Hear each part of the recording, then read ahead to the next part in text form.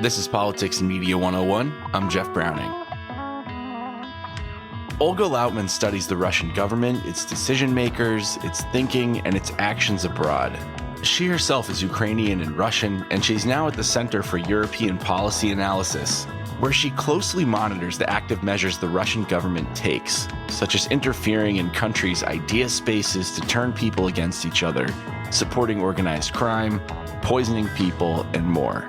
We talked to her about all of this, and she shared some incredible insights with us, with a great New York accent to boot, and we hope you learn as much from the conversation as we did. As a quick reminder, like all of our episodes, this is an edited version of a much longer conversation that was taped live with audience questions. For information on how to join us, past episodes, and more, please visit our website, pm101.live. Please also take a second to subscribe on whichever streaming service you're using right now so you don't miss our next episode this Wednesday featuring journalist Aaron Rupar. Our co-founders Justin Higgins and John Gunnison led the interview with Olga. Without any further ado, let's roll the tape. I was wondering if you could tell us about your work at CEPA and how you got involved in this line of study. The reason I'm actually involved, I've been involved my whole life, is because I am Ukrainian and Russian. And coming from the region, I've been following their domestic politics forever. And I became more active here in 2015, 2016, when I saw Russia attacking our elections and running various campaigns. And it was by the playbook of what they had done in other European countries and in Ukraine, which is the testing ground for everything the West has seen between cyber attacks, disinformation campaigns, division campaigns, economic capture, political capture, and so forth. How has your field of study changed now that literally the whole Western world is focused on not only the conflict, but what you're doing, what you have to say? I have been sounding the alarm my whole life. I mean, when Putin came to power, it wasn't too long after he came to power that investigations proved that he blew up apartment buildings inside of Russia, killing over 300 Russians in order to blame the Chechens and start the Chechen War and the Second War. From there, I mean, it was just one atrocity after another. There were so many journalists killed during the first, term of his presidency. And I honestly never in my life pictured that I would see the West finally waking up, because the Kremlin money is so strong and the lobbying is so strong that it was basically just screaming at a wall. These are the same exact war crimes that Putin committed in Syria. He used chemical weapons in Syria. During the Chechen War that I brought up, he leveled Grozny. I mean, there was nothing left there. And I mean, this is how the Kremlin conducts war. They target civilians, they look for mass civilian casualties, they destroy properties, they use chemical weapons. I mean, this is how they fight wars. And now the world is finally have woken up and is seeing this. So, Olga, you talked about the tactic that they used ahead of the Chechen war, bombing the apartment buildings and blaming it on Chechens to justify the war. And this kind of false flag technique is something that they at least attempted ahead of this new full-scale invasion of Ukrainian territory. You've been pretty active in trying to help debunk some of these claims that they've been making, that the Ukrainians are attacking them to justify their attacks in Ukraine. Could you tell us a little bit about how that strategy has been applied towards the Ukrainian situation and how we can effectively debunk it and the holes that are in that kind of rationale? What they blame other countries are doing is exactly what they're preparing to do. We saw this in the 2008 invasion to Georgia. Same exact thing. They were accusing the West and Georgia of committing atrocities against Russian-speaking people. And they were laying a bunch of narratives in order to justify invasion. 2014 in Ukraine, one of the main reasons that justified their involvement was because they lied and said that Ukrainian military crucified a 3-year-old boy, which was completely debunked. Every single media outlet looked into it. And since 2014, they have put out over 4,000 fake videos or pictures of things that either Ukrainians are doing or even with Syria, white helmets. Then we get to Syria, and this is actually what sent chills down my spine because with Syria, every time the defense ministry would warn that US and white helmets are preparing a chemical attack, within 48 hours there was a chemical attack by Assad and Russian forces. Just to follow up on that, from your work, from your research, if they do use chemical weapons, is this going to be Putin out on a branch, or will he have support from his inner circle? And is there any strategic value for them to do this? Is it terror and fear? So basically, what would be the decision-making process behind the Kremlin and Putin using chemical weapons? And would he have support? He definitely would have support for anything he does. And I mean, you have to have very sick generals around you to order bombings of humanitarian corridors. I mean, these are innocent families who have been deprived of food, electric, hey, call it heat. It's minus 10 degrees there, minus 15 degrees some nights. And these families are given, a chance to escape through a corridor, and then Russia strategically bombs that corridor. This is his generals ordering it. So, Olga, I want to take advantage of your position as a Kremlin watcher to sort of take us inside the room at the Kremlin and help us understand the process of decision making inside of Putin's inner circle. So, can you tell us a little bit about the way that that works? How many people are included in decision making? How much of it is really under Putin's pure discretion? How many people he listens to? Who maybe some of those people are? Can you tell us just a little bit about the process of decision making and how that works inside of the Kremlin? There used to be a much bigger circle, but since COVID, Putin kind of isolated himself. And he's very, very paranoid. I mean, one day he could be taking your advice, next day you'll be jailed, as with any dictator. There are several people who are very, very trustworthy still in his inner circle, although I'm hearing that there are fractures within his inner circle. And it would probably basically be Shoigu, Gerasimov, Patrushev, that's a national security person. And it would be like maybe a handful of people who would recommend Peskov, his spokesperson, a few like oligarchs, but they're not really, they're his long time associates from St. Petersburg. Can you tell us kind of about what the priorities of that circle really are? I mean, there's been this big discussion over what's really motivating Putin and his inner circle. Obviously, the cliched headline that we've all seen 1,000 times is, what does Putin really want? In the run up to this massive full scale invasion of Ukraine, what do you think the big priorities are for Putin and this small team around him? What's the best way to explain why they choose to do what they do? As far as what motivates Putin, he is 69 years old, almost 70. He has absolutely nothing to show for 22 years now in power.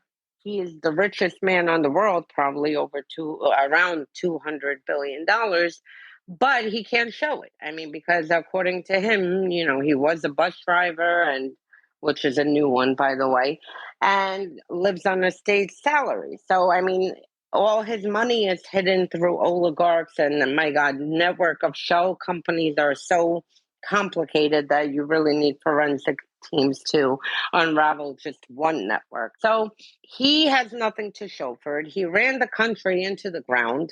They've stolen everything, and we're seeing even with the military right now, this is the Russian military. It's amazing to see like American generals shocked about it.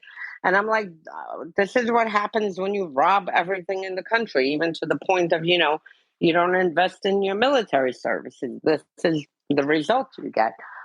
And he needs to leave a legacy. So his legacy is to reinstate territory and sphere of influence of former Soviet Union states. He started with Belarus. It started around 2016 with Belarus. Well, 2013, you saw the preparations for Ukraine's invasion. By 2016, they decided they want to incorporate and unify Belarus with Russia, which they successfully annexed Belarus, by last December. And then from there, it was to Ukraine. He's not done with Ukraine because the next military strategy is Moldova. They want the Suwalki corridor, which would connect Kaliningrad to Belarus. And they actually have been for years talking about taking the Baltic states, which would go into now NATO territory. This has been his strategy. And then, of course, he has the Kazakhstan, Tajikistan, Uzbekistan, and other countries that he wants to involve in his kind of a sphere, like the Soviet Union had satellite states. So this has been a military strategy, and they're just going by strategy. This went really bad because they expected to take Ukraine in under a week. And we're now over 2 weeks of war, and they still haven't captured a city. And that's why you're seeing it become more and more deadly because of the frustration.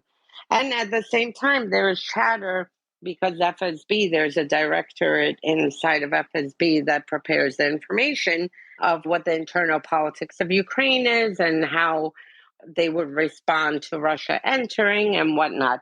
And there's chatter that over the past few days, that whole department they put under house arrest because it shows Putin is frustrated. I don't know if it's 100% corroborated yet, but I wouldn't be surprised because this operation went so bad compared to, what their strategy was.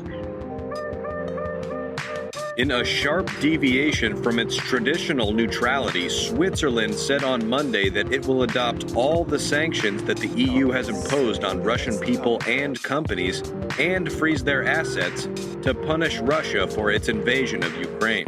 The German chancellor saying his country will indefinitely stop the certification of the pipeline following Russian action on Ukraine. This is very, very important because Nord Stream 2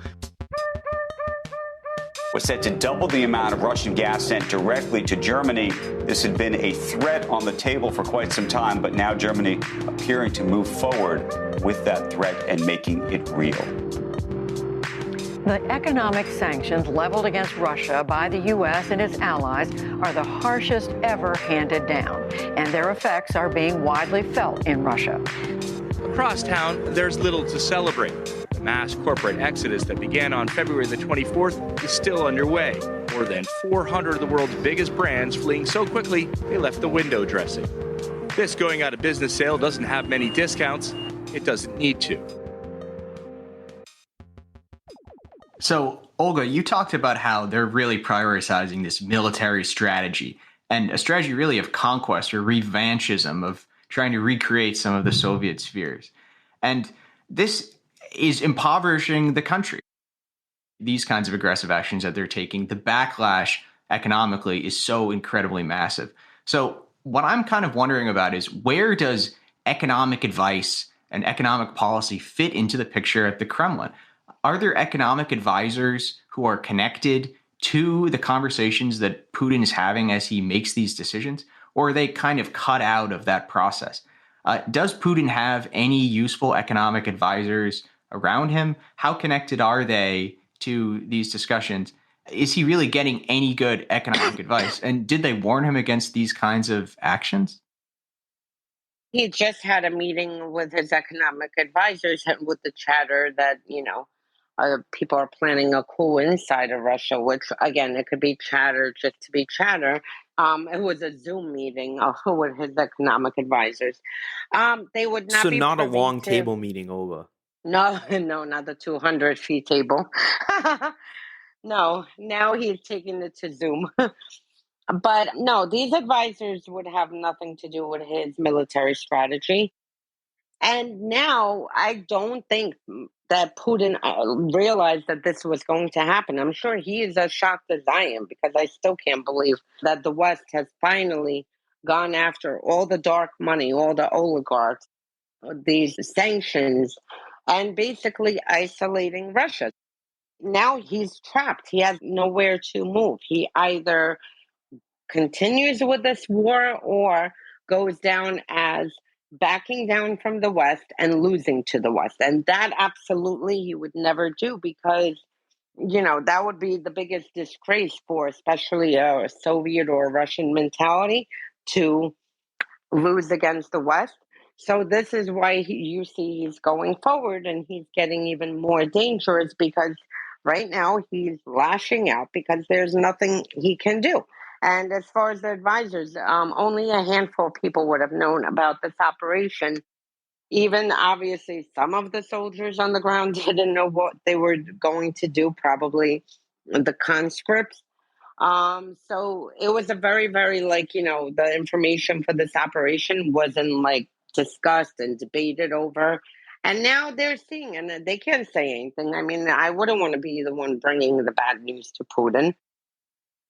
Olga, you, I think, really hit the nail on the head there when you talked about how his weakness is making him more dangerous. Because hasn't this always been the paradox of Putin? Is that generally when people assess threats, they think about strength. And the Obama administration, the U.S. government, they said that, we don't have to worry so much about Putin and Russia because they're a declining power, they're a regional power. But it was, in fact, the weakness of Russia and the weakness of Putin that made them a threat because it fuels Putin's paranoia, his insecurity, his revanchism, his iconoclastism, his desire to rewrite the rules of the system. It's when he's backed into a corner and feels surrounded and gets that siege mentality that he does these aggressive and dangerous things that damage the world's security, isn't it? So really, this kind of weakness of Putin is kind of the most dangerous thing about him, isn't it? And that's something that so many people have failed to understand for so long. That's the most dangerous of the situation. Besides the chemical weapons attack, I have been screaming and sounding the alarm because over the past 3 weeks, they are laying the groundwork for nuclear attack.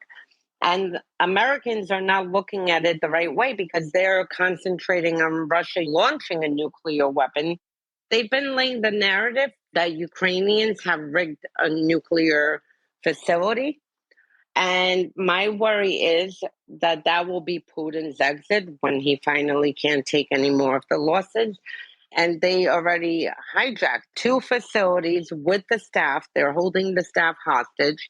Ukrainians have lost contact with the staff. The West has lost contact with the staff. And a third facility in Kharkiv, they are claiming that that facility is also rigged by Ukrainian military. And that's what I worry, that he'll create a local nuclear accident as a way to exit this war. Because one, he could cover the losses for the military. Because, with that, he can go back and tell Russians oh yeah, Ukrainians set off a radiation leak and 20 or 30,000 of our soldiers died. And that way he can exit. And that is one of my biggest fears right now, besides the chemical attack. The defense ministry and all the Russian embassies on Twitter and every single Russian media outlet 1 week ago said the Ukrainians military and nationalists, which is BS, rigged the Kharkiv nuclear facility and that they were preparing to conduct a nuclear attack. Like I said, the more he loses, the more he gets dangerous because he has nothing to lose. He can't back down. The only thing he can do is commit the biggest atrocities at this point, and that's it. Because, we already are sanctioning them to a point, and there are more sanctions rolling out, that there's really nothing to stop him. How are the people in his inner circle taking this? Is there a potential that they ultimately turn on him? Because we see the Western sanctions, but not only sanctioning these people's yachts and these people's money, we also see it in their economy. I mean, Visa and MasterCard pulling out. You have staples like McDonald's pulling out.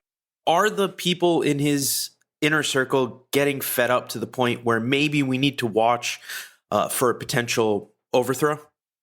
I am hoping for that. I mean, there are signs, like I said, if it's true that, the whole fifth directorate is put under house arrest, and FSB is his agency because they're the ones who actually committed the apartment building bombings in 99, and he came from the KGB, which turned into FSB. So I am hoping there is a very well-known, probably one of the biggest propagandists in Russia who has a TV show, Solovyev. After this, he started complaining about Coca-Cola leaving, about no Apple Pay, Google Pay, his house is being seized. And interestingly enough, on his show, 2 days in a row last week, he had one guest who questioned, like, I don't understand what kind of special operation is this? And we're 2 weeks in, we can't even capture a city. This is humiliating. Something like that would have never been allowed on his show. And then he had another show where two people, again, were arguing back and forth and kind of like, questioning what is this operation, what is happening. And he is a pretty good indicator, like one of them, of what is to come. We need to provide the Russians with the information because now normally they don't care. I mean, they could care less if Putin, eliminates countries, but now it's affecting them. I think now is the time that we need to really, really, really do everything we can to get the truth inside of Russia. And at the same time, we're doing everything to kind of, tighten the clamps on the people around him. And I think a combination of that hopefully will cause for an eventual overthrow. Why is the resistance so strong? What are the sentiments regarding the Soviet Union and Russia and Putin that these Ukrainians have? What is driving these Ukrainian freedom fighters? Ukrainians, this is their land. There is such bad history between Ukraine and Russia going back over a century.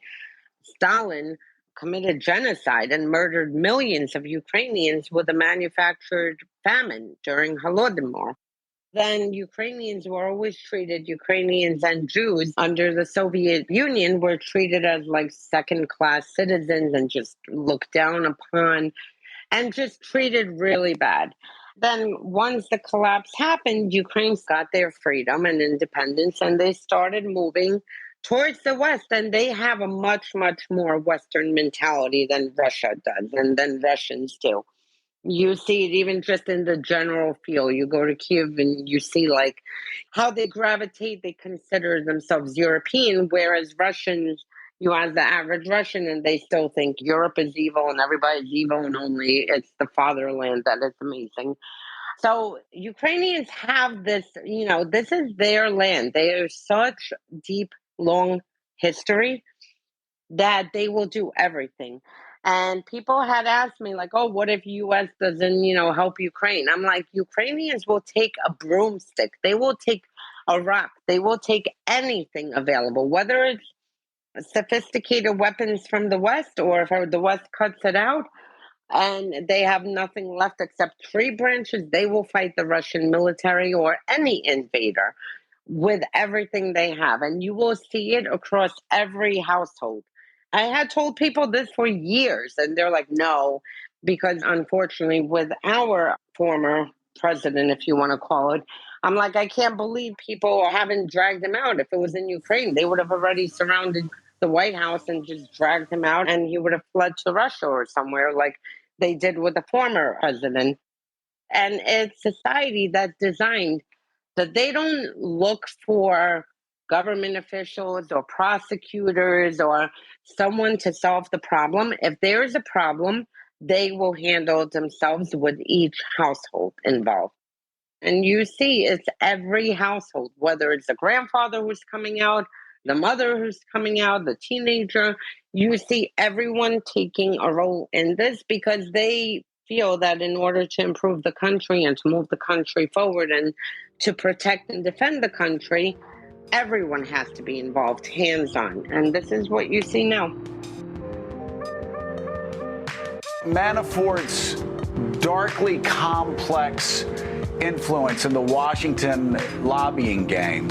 It was a mystery to a lot of his friends why he would take this role, because all of his friends, longtime Republican operatives, lobbyists, political consultants, understood that Manafort's career involved all sorts of shady dealings. He was getting paid for work he had done for all sorts of authoritarian characters, shady goons that he'd helped launder the careers, the reputations of all sorts of people who never deserved to have entry into Washington, D.C., and he helped arrange for their entry into Washington, D.C. So the question about Paul Manafort is, why would this guy who had so much to lose by having the public spotlight get turned on him, why would he have joined up with the Donald Trump campaign? Because, as you say, if he had not taken this step to join up with Trump, he would have gotten away scot-free. Nobody would be paying attention to him right now.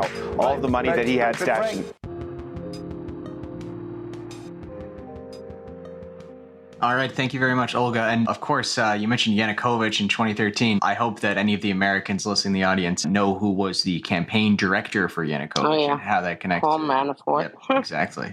You know, the division campaigns that, you know, how we see the horrific division in America for the past several years and just everyone hating each other and their family members are being split.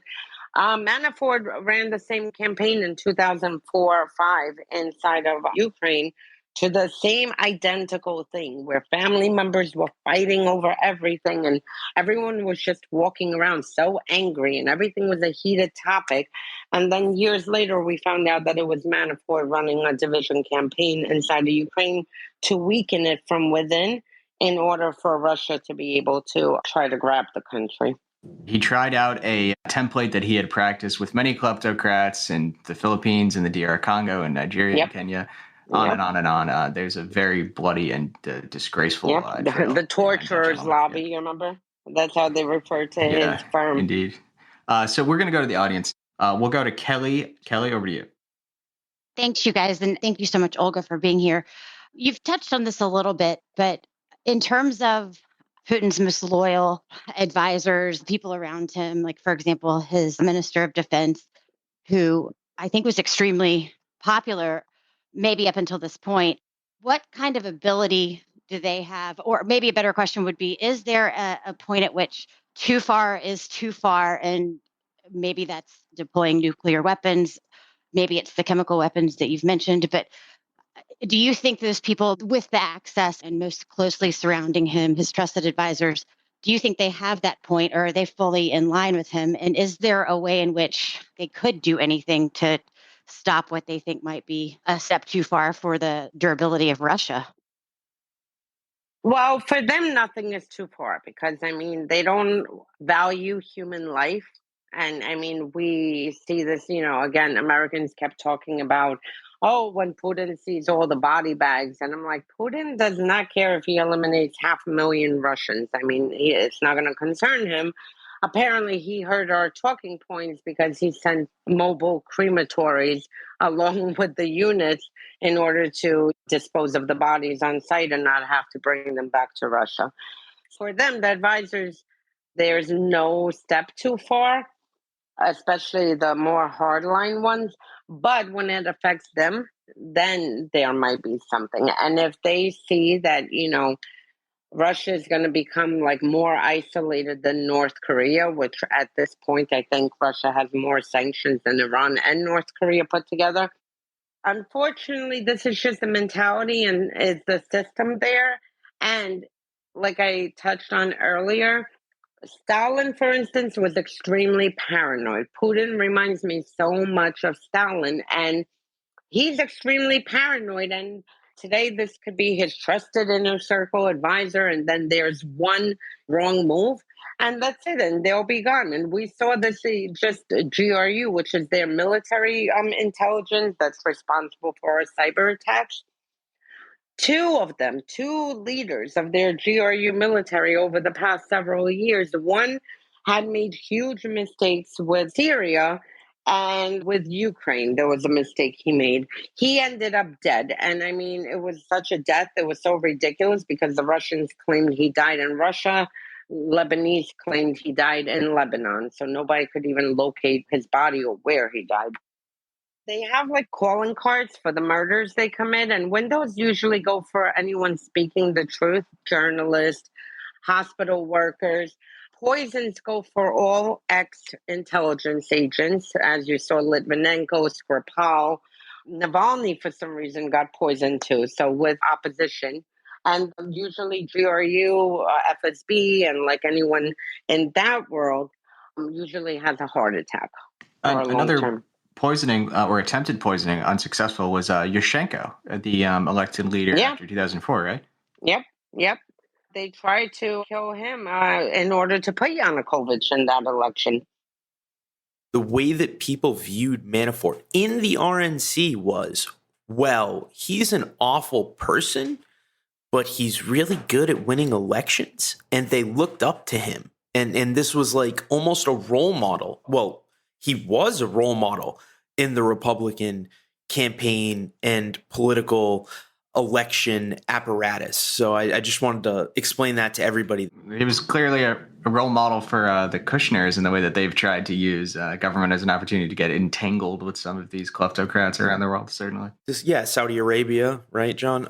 And Giuliani picked up right where he left off in Ukraine with some of the same. Yeah, I investigated all of them I think that's how I got into this. From 2015, by 2016, I had 200 pages of research of every contact at Giuliani and Manafort and Giuliani. I mean, we have a wonderful New Yorker who was a KGB agent sent here in the 70s. And Giuliani had appointed him on the business council in 90-something, 93, 94, after that guy poured millions into his campaign and was a very close fixture. It's all ridiculous. And the people at the RNC that were emulating Paul Manafort were 25, 26, 30 young kids. So it's just crazy to show you. That should be said, too, for anyone listening, that, I mean, this is not as much of a partisan problem as it might be presented, because, I mean, there were also consultants who are affiliated with Democrats. Tony Podesta, Greg Craig, who was a former White House counsel for Obama, who was prosecuted, and then Tad Devine, who was one of Sanders' campaign advertising strategists, who also worked with Manafort in the Ukraine file. But Manafort was at the center of all of it, and he was the closest to Yanukovych than any of those other people. Just to underline what John just said, it's more a commentary on the ruthlessness and outlook on political campaigning anywhere, but especially in the U.S., and just awful type of approach that a lot of people have. Win at all costs is essentially it. There should be universal outrage across the political spectrum at this stuff, and the fact that the former president of the U.S. pardoned Manafort and tried to interfere in his prosecution, that should disgrace and outrage everyone, no matter who you voted for. This is unique to one side. President Trump is the Babe Ruth of presidential corruption. That's what I'm saying. And just to add, Manafort is a Russian agent. I mean, that is a Russian agent. He ran operations inside of Georgia to get Deripaska's KGB to rehabilitate this KGB agent inside of Georgia in order for them to prime him to run in Georgia. So he ran that operation. He ran Ukraine. He ran an operation in Kyrgyzstan against American interest to have the American bases closed. So he has been working for the Kremlin since the late 90s. And as well as Caputo, for instance. Caputo, same thing. Caputo worked for Yeltsin, and then he went on to work to improve Putin's image, like in the late 90s, early 2000s. Then he went to work for him and Roger Stone, worked for a politician in Ukraine who was pro-Russian, who were responsible for ordering the beheading of a journalist. What last thoughts on this conflict do you want to leave us with? Well, the last thoughts are, please follow Ukraine. Please continue keeping it in the news, because finally, after all the atrocities that Putin has committed, there might be a chance that he might be charged with war crimes. And that is because of people focusing on it and because of media attention. And the biggest fear I have, and the Ukrainians I talk to in Ukraine, is that, CNN is there doing an amazing job as with other world medias, and that they'll pack up and go, and then everybody forgets about it, and it turns into another, background noise as the atrocities escalate. So I pray, that people will keep this in the news and keep an eye on it and keep sharing verified war crime videos so we can finally have the International Criminal Court at least charge Putin for what he has done. And we possibly might see some of the commanders who are committing these crimes. They did the same exact thing in Syria. So at least maybe we'll get some kind of finally results from the atrocities they committed in Syria, and we could get the accountability. And the second thing is that for Americans in particular, I've been warning about Russia's operations, their division campaigns forever. I mean, it is devastating to see how many people fell into that orbit here and how divided our country became. And I just wish that people understood and kind of used more critical thinking. And I wish that our government, like Estonia, has been incredible in debunking disinformation and stopping disinformation operations. I wish our government would focus on it more, and I wish that we can get to a point where we can speak with each other again and kind of unite and get rid of this disinformation operations, and people would use critical thinking more to say, this doesn't make sense, let me verify this somewhere else, instead of falling into that same silo. That's all we have for you today. Again, huge thanks to Olga and the Center for European Policy Analysis, to our audience for their questions, and to you for being here. Like all of our episodes, this is an edited version of a much longer conversation that was taped live with audience questions.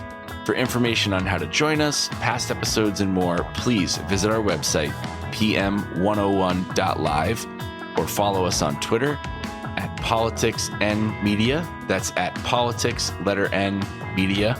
Please also take a second to subscribe on whichever streaming service you're using right now so you don't miss our next episode this Wednesday with journalist Aaron Rupar. This has been Politics and Media 101, produced in partnership with Clubhouse. I'm Jeff Browning. On behalf of Justin Higgins, our co-founder, and our team, thank you very much for being here. We hope to see you and hear from you soon.